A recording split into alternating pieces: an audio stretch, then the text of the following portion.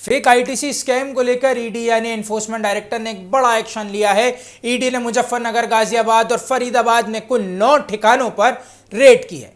यह कार्रवाई पीएमएलए यानी प्रिविलेशन ऑफ मनी लॉन्ड्रिंग एक्ट से और के कथित की गई है। दरअसल पूरा मामला जुम्बुंड export AMP import private limited से जुड़ा है। आरोप है कि कंपनी ने बिना किसी रियल माल की खरीद बिक्री के फेक बिल्स और ई-वे बिल्स तैयार किए और इनके जरिए फर्जी इंपोर्ट टैक्स क्रेडिट यानी आईटीसी का फायदा उठाया।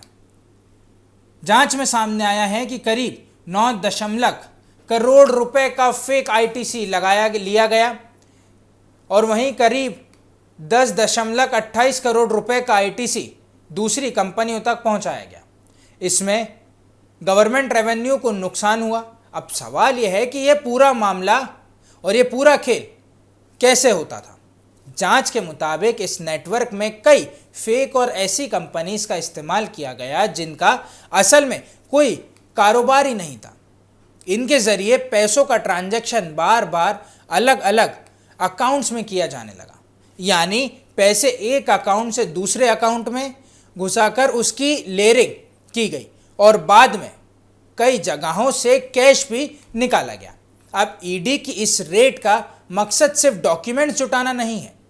एजेंसी यह भी पता लगाने की कोशिश कर रही है कि इस पूरे नेटवर्क में और कौन कौन लोग शामिल हैं और आखिर इस पैसे का असली बेनिफिशियल कौन है। ईडी को यह जानकारी जीएसटी अधिकारियों की जांच से मिली थी।